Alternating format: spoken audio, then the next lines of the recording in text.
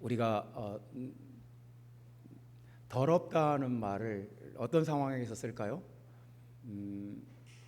아니면 우리가 어떤 걸 볼 때 더럽다는 말을 할까요?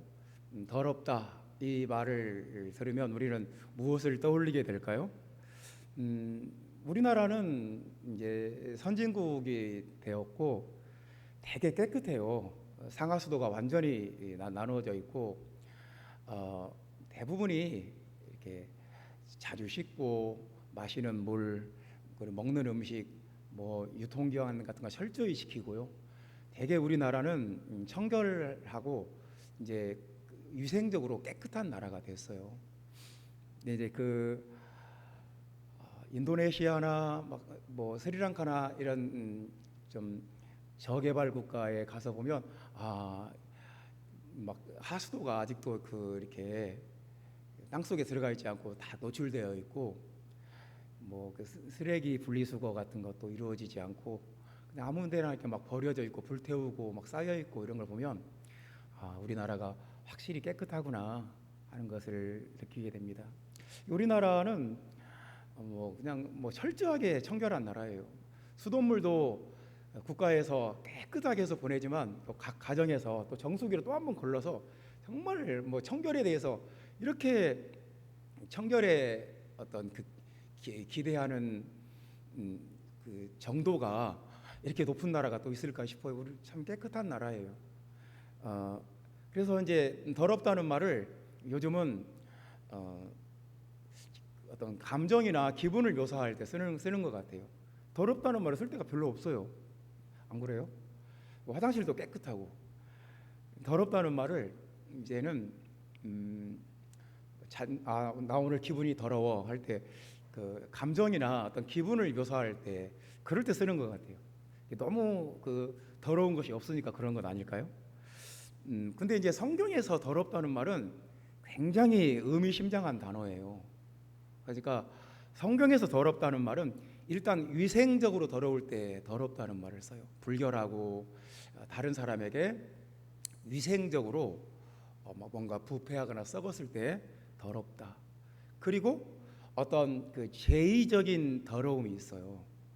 그러니까 하나님 앞에 제사하러 나갈 때 출애굽기서나 레위기서에 보면 이 어떤 것은 더러운 것과 깨끗한 것의 기준이 확실해요. 그러니까 이 기준을 못 맞추면 절대로 하나님 앞에 나갈 수가 없어요. 그래서 하나님 앞에 제사를 드리기 위한 깨끗함과 더러움의 기준이 있어요. 그래서 어떤 것은 더럽다. 이 사람은 더럽다. 이런 것을 행한 사람, 이런 경험을 한 사람은 더럽다. 모든 것에서 아주 그냥 어마어마한 더러움과 깨끗함에 대한 규칙이 있어요. 그리고 이제 성경에서는 이제 또 한 가지 더러움이 있는데 영적인 더러움이 있어요. 그래서 이제 어떤 것은 영적으로 참 더럽다. 이제 위생적인 더러움에 대해서는 국가나 보건소에서 철저하게 관리 감독을 해요. 그리고 이제 지금은 어떤 제의적인 우리가 예배를 드리러 올 때 내가 더러운가 깨끗한가 검증하지 않습니다. 그러니까 레위기서에 있는 그런 규정들을 나한테 적용하지 않아요. 장례식을 치렀다거나 그래도 옛날에는 레위기서에는 제사 지르러 올 수가 없었어요. 여자가 생리를 했다거나 그것도 하나님 앞에 예배 제사 드리러 올 수 없는 그런 조건이 됐어요. 근데 지금은 이제 제의적인 더러움 그렇게 이제 큰 의미가 없습니다. 근데 이제 이 본문에서 말하는 육과 영의 온갖 더러운 것 이렇게 말할 때는 영적인 더러움을 말해요. 영적으로 더럽다 할 때. 그래서 이제 영적으로 뭔가가 참 더럽다, 깨끗하지 않다. 이것이 본문이 굉장히 문제를 삼는 이슈예요. 이제 성경에서 더럽다, 깨끗하지 않다라고 말할 때는 이제 뭘 전제로 하냐면 나병 환자를 말해요. 옛날에는 나병 환자가 참 많았잖아요. 저는 어렸을 때도 나병 환자를 본 적은 없어요. 근데 우리 부모 세대에는 나병 환자를 봤다고 하더라고요. 이렇게 막 신체 조직이 다 괴사되어서 다 썩어서 손가락도 없고 입술도 없고 뭐 코도 없고 뭐 귀도 없고 웬만한 것은 다 막 괴사가 되어버린 거예요. 그래서 몸에 신체 조직들이 막 나병균이 들어가가지고 이게 세포들이 썩어서 막 흘러내려요. 냄새도 나고 또 이 신경망까지 다 막 이게 괴사가 되어가지고 어떤 통증이나 아픔도 느끼지 못해요. 점점 흘러내리는 거예요. 어떤 통증도 없어요. 그래서 일단 비위생적이고 또 남에게 감염시킬 수 있고 그리고 보기에 흉하고 이 모든 것들을 다 갖추고 있어요. 그랬을 때 성경에서 나병 더럽다. 그래서 이렇게 격리시켰어요. 같은 동네에 살지 못하고 동네 밖에 나병 환자들만 거주할 수 있는 구역을 따로 만들었어요. 그래서 이제 우리는 지금 나병이 문둥병이 왜 걸리는지 알아요. 그 세균 때문에 그래요. 그래서 이제 그 항생제로 그 세균만 잡으면 간단해요. 이제 구약 때는 성경 시대에는 이게 보이지 않는 세균, 그때는 뭐 세균을 볼 수가 없잖아요. 그러니까 이게 이제 귀신의 역사다. 사실 뭐 보이지 않는 병균이나 보이지 않는 귀신이나 똑같아요, 하는 일이. 그래서 그 보이지 않는 귀신, 더러운 성경에서 더럽다는 말, 이 신약에서 더럽다는 말은 거의 다 90%가 귀신과 관련돼요. 더러운 귀신. 꼭 귀신 앞에 더럽다는 말이 붙어요. 더러운 귀신. 이 귀신이 붙으면 사람의 그 양심과 사람의 인격과 사람의 그 성품을 더럽게 만들어 버려요. 그러니까 그렇게 무서울 수가 없어요. 굉장히 효과적이에요. 나병균처럼 일단 나병균이 어떤 사람 속에 딱 들어가면 그 사람 몸에 어떤 괴사가 썩어 내리는 것이 일어나는 것처럼 어떤 그 더러운 귀신이 딱 그 사람 마음이나 생각 속에 딱 들어가게 되면 사람을 굉장히 비도덕적으로 또 비양심적으로 또 흉악한 정말 그 끔찍한 상태가 되어버리게 만들어버려요. 그래서 그 사도 바울은 이제 고린도 교회에 대해서 더럽다는 말을 썼어요. 육과 영의 온갖 더러운 것들이 고린도 교회 안에 있다. 이제 더러우면 하나님의 영이 역사를 못해요. 이제 너무 그 사도 바울이 고린도 교회를 진단한 그 단어가 더럽다는 거예요. 더러운 것. 우리가 막 깨끗한 곳에 가면 기분이 좋잖아요. 잘 정리된 정원이나 아주 깨끗이 청소되어 있고 화장실에 들어갔는데 너무너무 깨끗해요. 기분이 좋잖아요. 인천공항을 갔는데 공항 화장실에 들어가더니 너무너무 깨끗하더라. 기분이 좋아요. 근데 공중 변소에 들어갔는데 물을 내리지 않았고 누군가가 토해 놨고 그냥 휴지를 막 아무데나 다 버려놨고 정말 그러면 악몽 같은 경험인 거예요. 막 그냥 답답하고 숨을 쉬기가 싫고 아무것도 손도 대기 싫고 그냥 거기서 빨리 벗어나오고 싶은 생각만 드는 거죠. 무슨 말인지 아시겠지요? 그 이제 굉장히 내가 막 비참하고 참담한 심정이 들어요. 근데 사도 바울이 그런 말을 했어요. 6절 말씀에 보면 그러나 낙심한 자들을 위로하시는 하나님이 기도가 오므로 우리를 위로하셨으니 이 낙심했다는 말이 원어는 굉장히 비참하다는 말이에요. 굉장히 비참하고 모멸감을 느끼고 수치심을 느끼고 그러니까 똑같은 거예요. 우리가 어떤 막 전혀 관리하지 않은 청소하지 않은 공중 화장실에 갔을 때 굉장히 막 난처하고 수치스럽고 여기서 빨리 벗어나고 싶고 막 못 볼 것을 본 것 같고 막 정말 구역질 날 것 같고 그런 상황이 이 비참하다는 거예요. 똑같은 단어예요. 그러니까 우리가 육신적으로 어떤 더러운 상황에 들어갔을 때 끔찍한 정말 평생 잊을 수 없어. 그때 너무너무 더러웠어. 그런 거나 사도 바울이 고린도 교회에서 이 더럽다 이걸 느낀 거나 똑같아요. 그래서 이제 교회는 보이는 환경도 깨끗해야 돼요. 교회 화장실은 깨끗해야 돼요. 아무리 교회에서 은혜를 많이 받고 근데 예배 끝나고 화장실 갔더니 화장실이 너무너무 더럽다. 그러면 그 교회에 대해서 좋은 인상을 가질 수가 없어요. 근데 더 중요한 것은 영적인 환경이에요. 영적으로 깨끗해야 돼요. 교회가 영적으로 더러운 것이 있으면 하나님의 역사가 막혀요. 하나님이 숨을 못 쉬어요. 하나님이 역사하기에 너무너무 더러운 거예요. 더러웠다는 것에 대해서 조금 더 생각을 해봅시다. 옛날에 우리 목회자들이 이제 목회자 여행을 갔어요. 그래서 좋은 리조트에서 잠을 자고 식당에서 음식을 먹었는데 아침에 해장국을 먹었어요. 근데 내 앞에 어떤 목사님이 앉아 계시 식사를 하는데 갑자기 해장국에서 뭔가를 건져내는 거예요. 근데 놀랍게도 그 쇠수세미 있죠. 철수세미. 막 남비 빡빡 문지를 때 쓰는 쇠수세미가 부분도 아니고 통째로 그대로 올라온 거예요.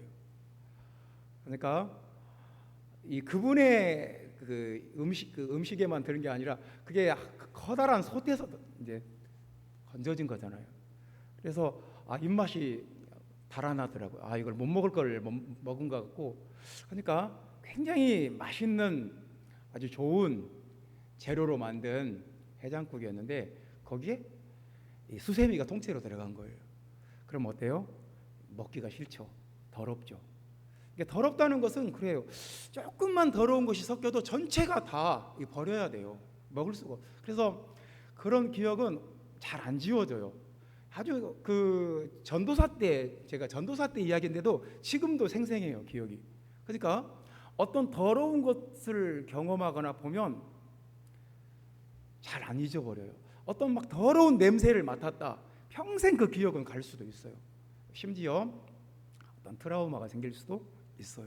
그러니까 더러운 것은 참 안 좋은 거죠. 내가 떡볶이를 먹었는데 거기에서 막 파리가 하나 나왔어요. 그럼 어떻습니까? 그 음식 전체를 버려야죠. 먹을 수가 없죠. 샐러드를 먹었는데 샐러드에 죽은 개구리가 나왔다. 그러니까 거기 음식에서 나와서는 안 될 이물질이 나온 거죠. 더럽죠. 그러면 그래서 트라우마가 생길 수도 있어요. 다시는 그 샐러드를 못 먹을 수도 있어요. 그러니까 이 더럽다는 것은 거기에 섞여서는 안 될 어떤 이물질이 섞여 있는 것이고 그 한 가지로 인해서 전체가 다 더러워져 버려요. 그런 거예요. 자, 그래서 예를 들어서 어떤 사람이 참 좋은 사람이에요. 많이 배우고 은사도 있고 능력도 있고 참 좋아요. 근데 그 마음속에 더러운 것이 하나가 들어있어요. 그러면 모든 것들이 다 무의미해져 버려요.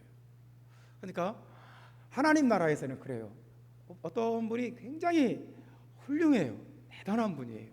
근데 마음속에 더러운 것이 숨겨져 있어요.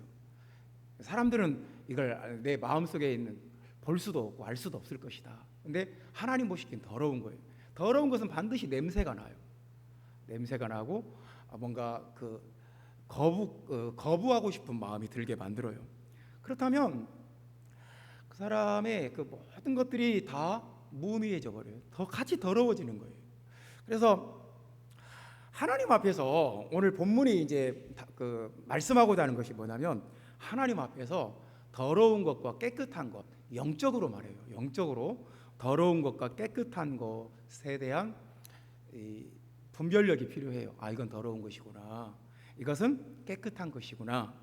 그래서 오늘 본문에서 우리가 볼 것은 뭐냐면 하나님 나라에서 더러운 것은 무엇인가? 하나님 나라에서 용납되지 않는 더러움. 하나님 나라에서 깨끗한 것은 무엇인가? 자, 이제 생각해 봅시다. 하나님 나라에서 깨끗한 것은 뭐냐면 첫 번째는 10절 말씀 다 같이 읽어봅시다. 하나님의 뜻대로 하는 근심은 후회할 것이 없는 구원에 이르게 하는 회개를 이루는 것이요 세상 근심은 사망을 이루는 것이니라. 자, 첫 번째 말씀입니다. 어떤 것이 깨끗한 것이냐면 하나님의 뜻대로 하는 근심, 이건 깨끗한 것이다. 반대로 세상 근심은 더러운 것이다. 망하게 하는 것이고 사망을 이루게 하는 것이다. 그래서 하나님의 뜻대로 하는 근심 이렇게 나왔는데 좀 어렵죠. 사람은 근심 걱정 없는 사람 아무도 없어요. 인간이라면 다 근심을 하고 걱정을 하고 고민도 하고 고뇌도 하고, 그러니까 근심과 관련된 비슷한 단어들을 우리가 더 많이 찾아볼 수 있겠죠. 근데 근심 걱정 없는 사람은 없는데, 그렇죠. 우리가 세상을 사는 동안은 근심이 있는 것 같아요. 뭐 어떻게 근심 걱정이 없을 수가 있겠어요. 근데 이제 우리가 근심하는 이 방향이 두 가지 방향이 있어요. 뭐 자기 중심의 근심이 있어요. 그래서 모든 것이 이제 내가 중심이에요.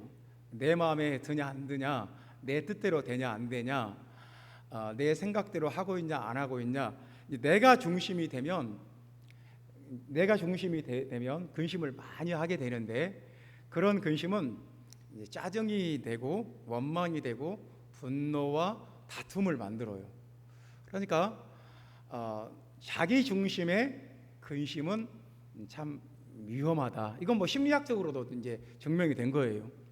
근데 하나님 중심의 근심이 있어요. 내가 하나님의 뜻에 맞게 살고 있는가? 내가 이렇게 하면 하나님이 싫어하실까? 그렇지 않을까? 이런 것에 대한 어떤 두려움이 있다면, 내가 이런 방식으로 살아갈 때 하나님께서 어떻게 보실까? 자기를 돌아보고 자기 성찰을 하는 근심은 참 좋은 근심이에요. 그러면 이 근심은 회개를 불러일으키고 그 사람 결국 구원받게 만들어요. 성경이 분명히 그렇게 말을 했어요. 11절에도 하나님의 뜻대로 근심하게 되면 그 사람을 간절하게 하고 변증하게 하고 분하게 하고 두렵게 하고 사모하게 하고 열심히 있게 하고 뭔가 막 벌하고, 그래서 깨끗함을 나타낸대요. 그 하나님의 뜻대로 근심하면 11절에 보면 결국 자신의 깨끗함을 나타낸대요. 그러니까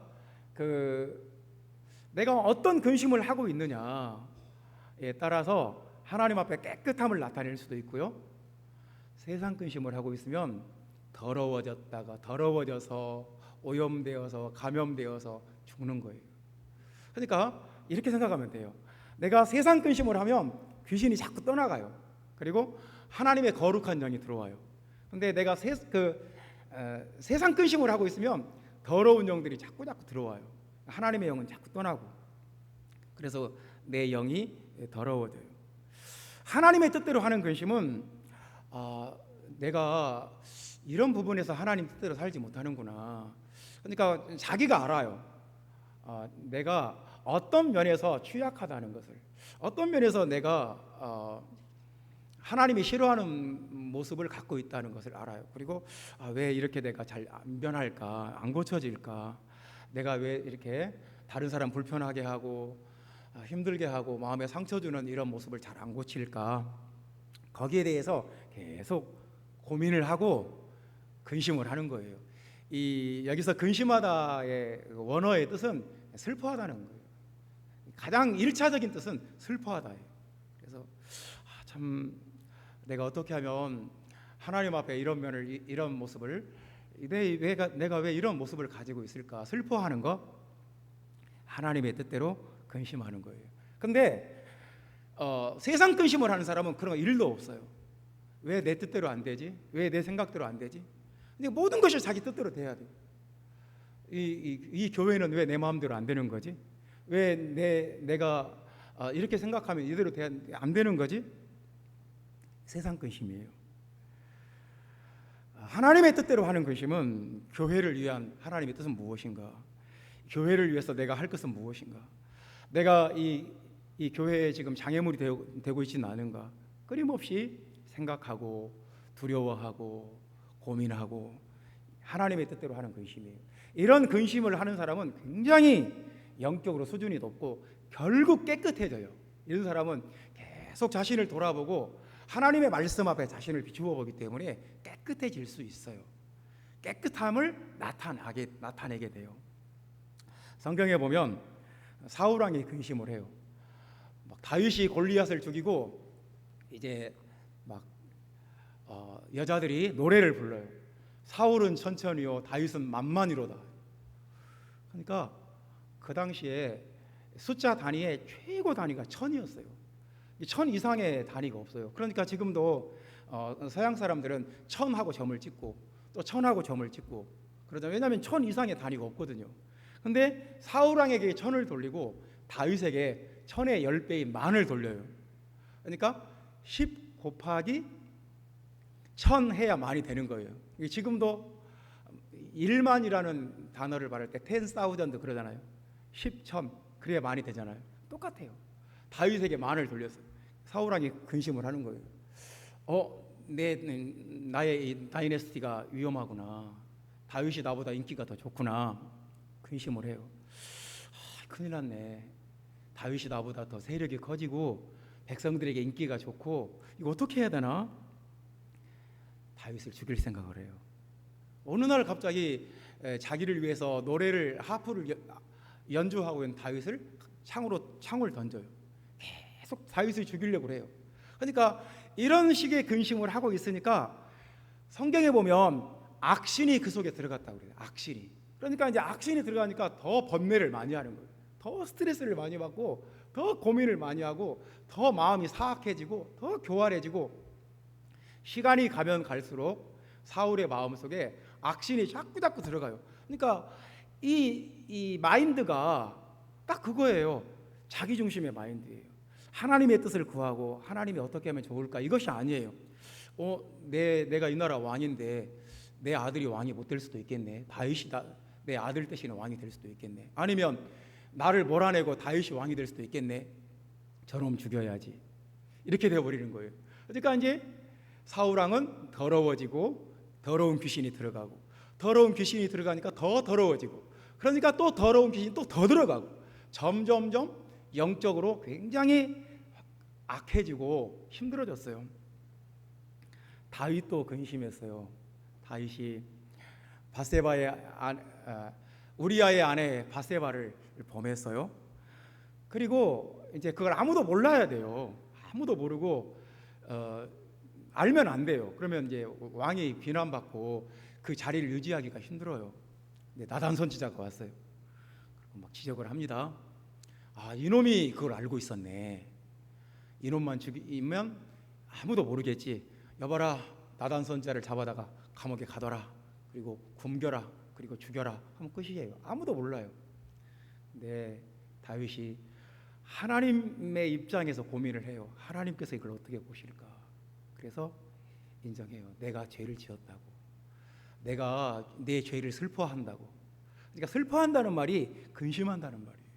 내가 내 죄를 지었고 내가 하나님께 죄를 지었고 내가 바세바의 가족들에게 죄를 지었고 바세바에게도 죄를 지었고 이 나라에게 죄를 지었다고 인정해요. 그리고 회개를 합니다.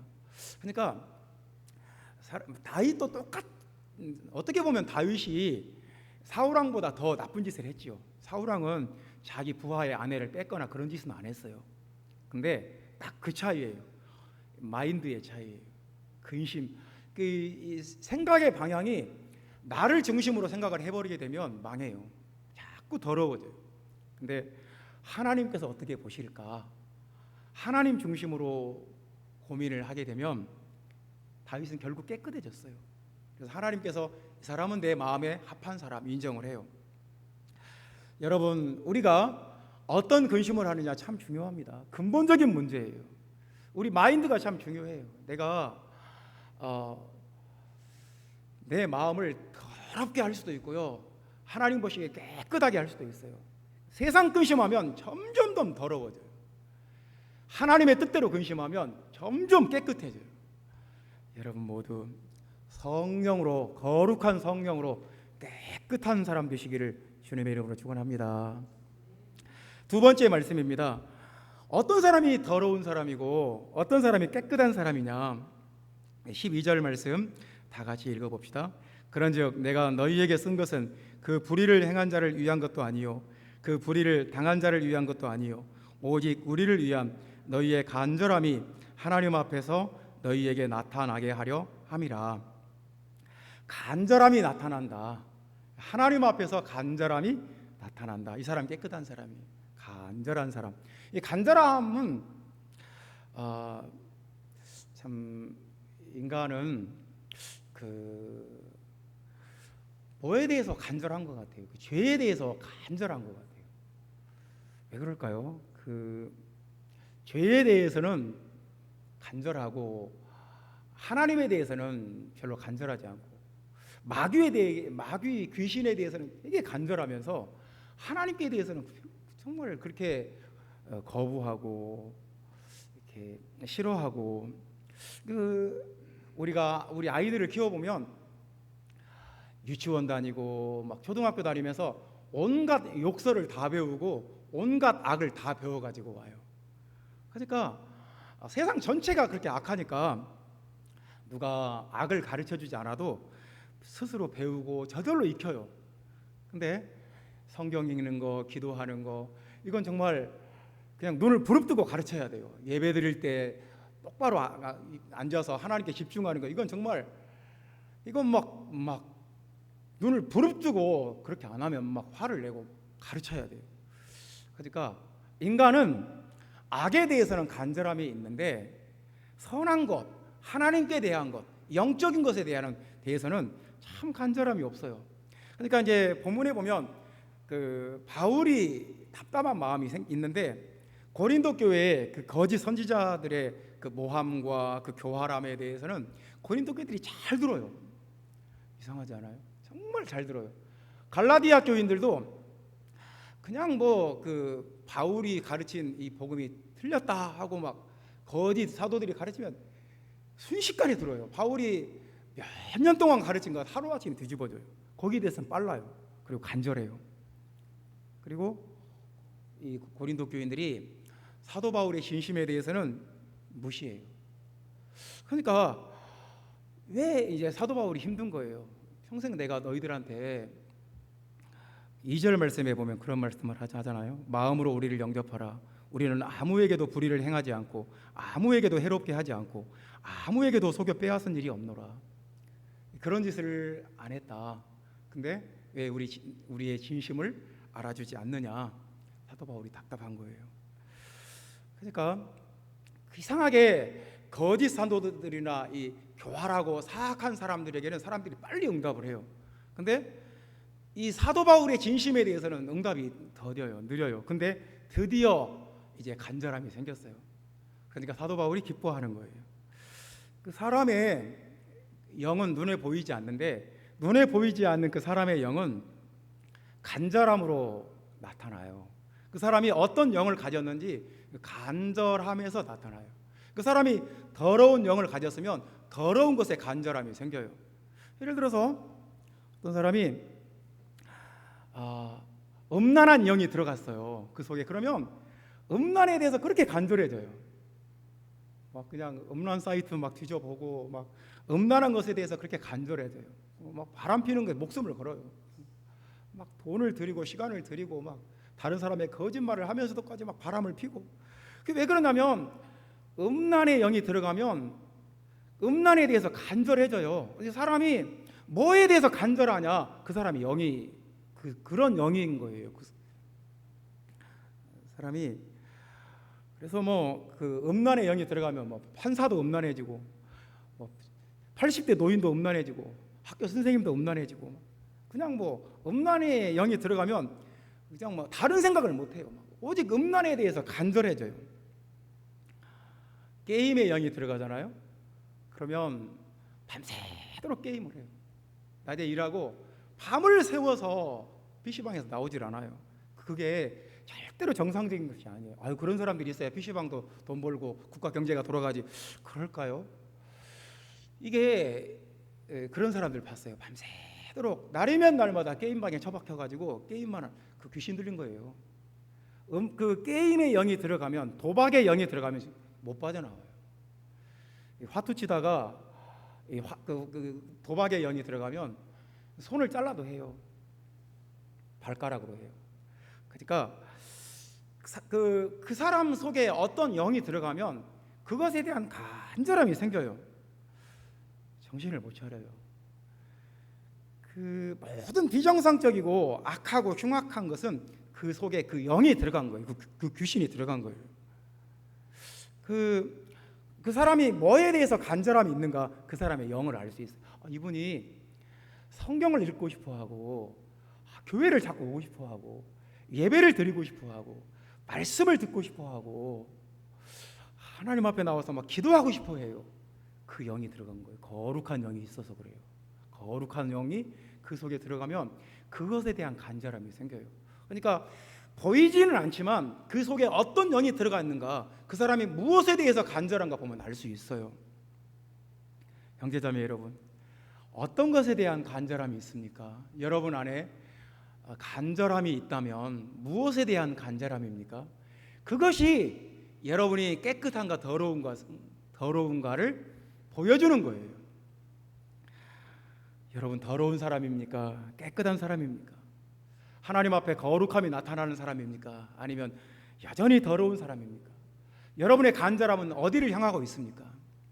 형제자매 여러분, 하나님 앞에 깨끗한 사람 되시기를 주님의 이름으로 축원합니다. 거룩한 사람 되시기를. 그래서 말씀에 대한 간절함, 기도에 대한 간절함, 또 예배에 대한 간절함, 찬양에 대한 간절함, 하나님 앞에 헌신하고자 하는 간절함, 이런 간절함이 여러분 안에 있기를 주님의 이름으로 축원합니다. 세 번째 말씀입니다. 어떤 것이 더러운 것이고 어떤 것이 깨끗한 것인가? 우리 15절 말씀 다 같이 읽어봅시다. 그가 너희 모든 사람들이 두려움과 떨므로 자기를 영접하여 순종한 것을 생각하고 너희를 향하여 그의 심정이 더욱 깊었으니. 그래서 이제 16절 보면 기뻐하노라 이렇게 말을 합니다.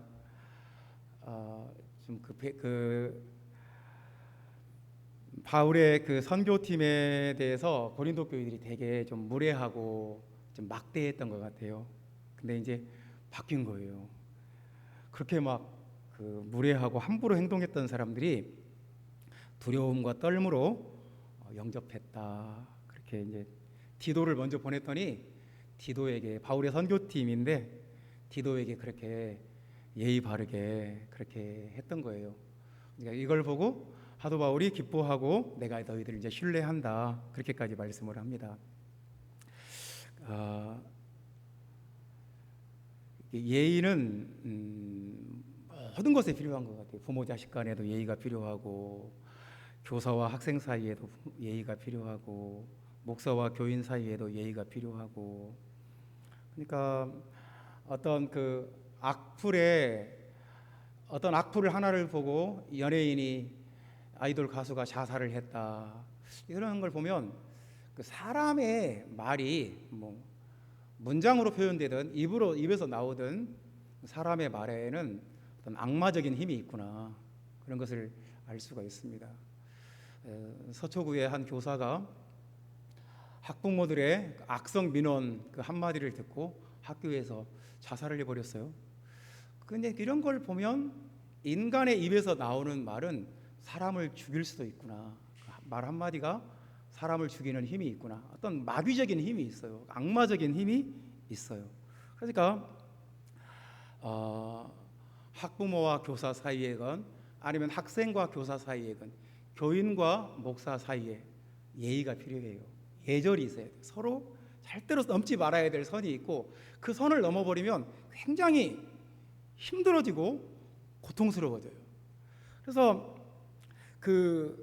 오늘 본문에서 우리가 알 수 있는 것은 뭐냐면, 그 악성 학부모들의, 극성 학부모의 악성 민원 한마디 때문에 그 무식하고 무례한 그 말 한마디 속에 더러운 영이 역사를 해요.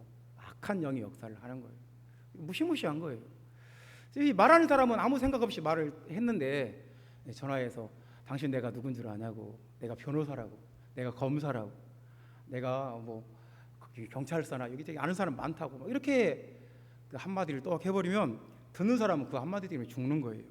그러니까 사람을 더럽게 하는 것, 무엇이 더러운 것이냐면 그 입으로 들어가는 것이 아니라 입에서 나오는 것이 사람을 더럽게 하는 거예요.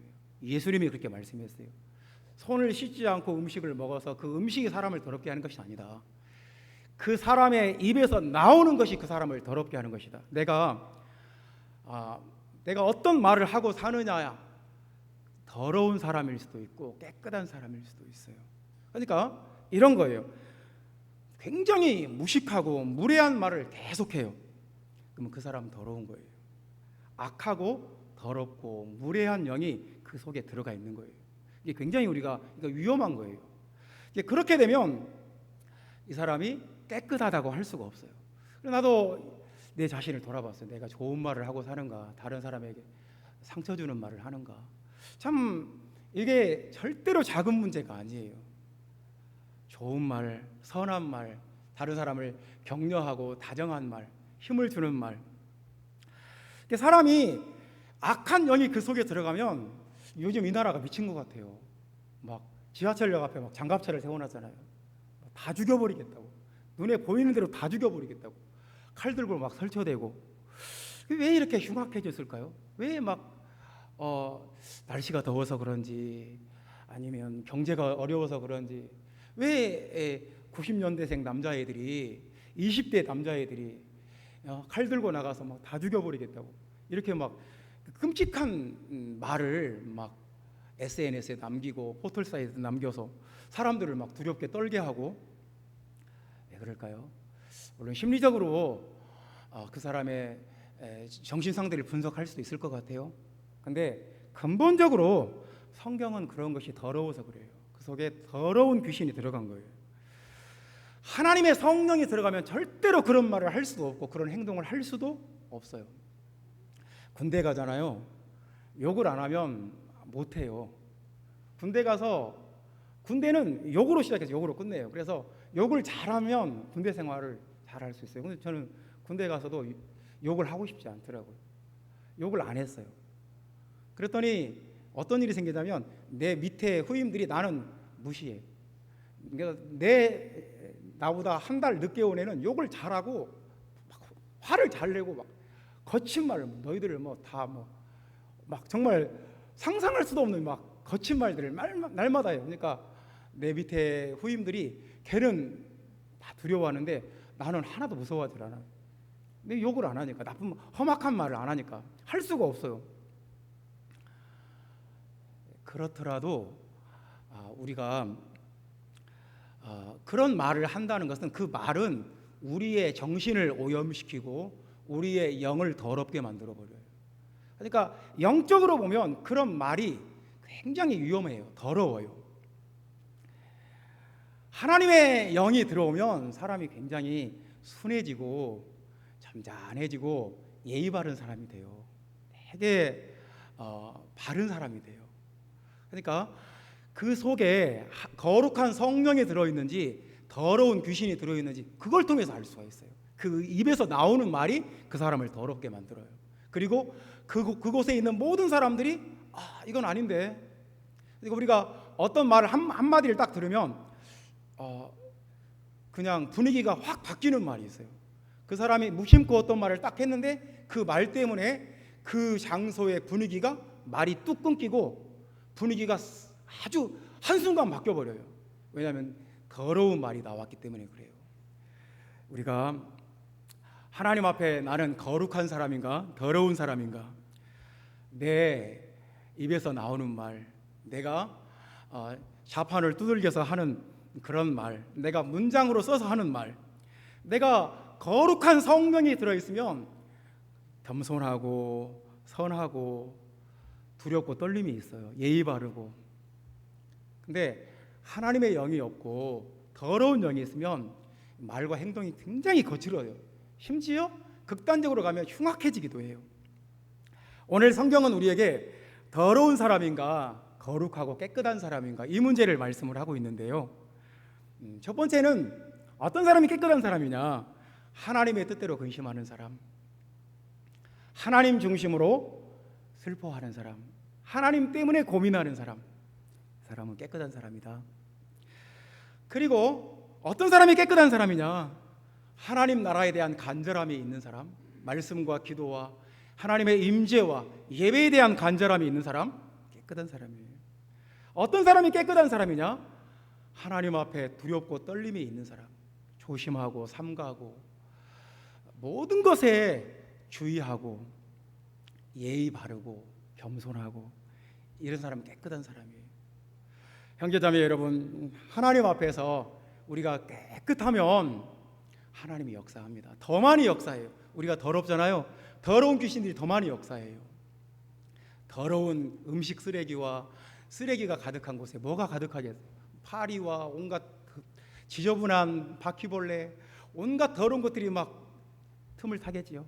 그럼 우리가 살 수 있을까요?